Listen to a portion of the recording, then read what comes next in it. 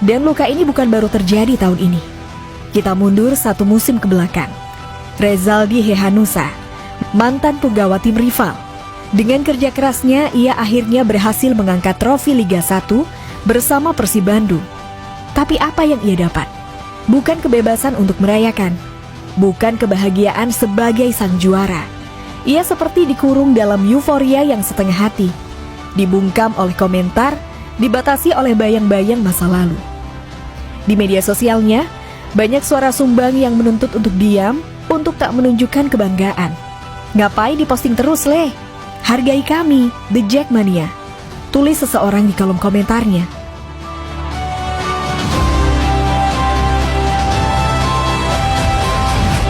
Sebuah kalimat yang terdengar seperti luka yang tak ingin sembuh, seperti ada kemarahan yang dipelihara hanya karena sebuah kepindahan.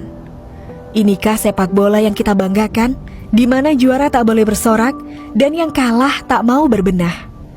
Jika kita ingin sepak bola Indonesia melaju lebih jauh, maka rivalitas seharusnya membangun, bukan menghancurkan. Sungguh ironi yang mencolok, betapa sempitnya ruang untuk bersuka cita, bahkan bagi mereka yang telah berjuang hingga titik penghabisan.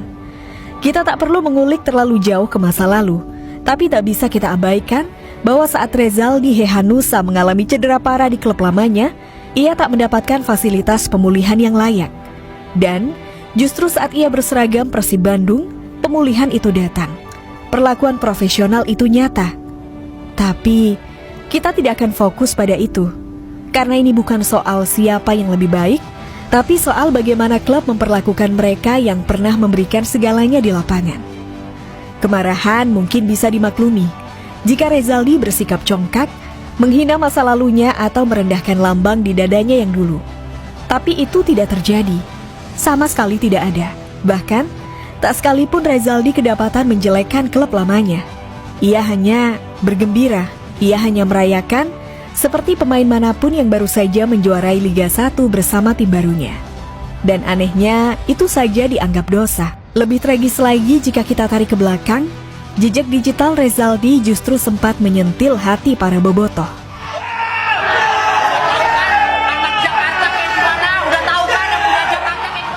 Tapi apa yang terjadi? Tak ada amarah membara, tak ada gerakan lini masa untuk membungkam. Karena bobotoh paham bahwa rivalitas ini adalah bagian dari teater megah bernama sepak bola.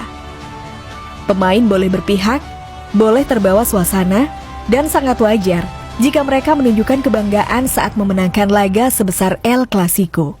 Inilah kedewasaan yang harusnya tumbuh dalam dada setiap pecinta bola sejati.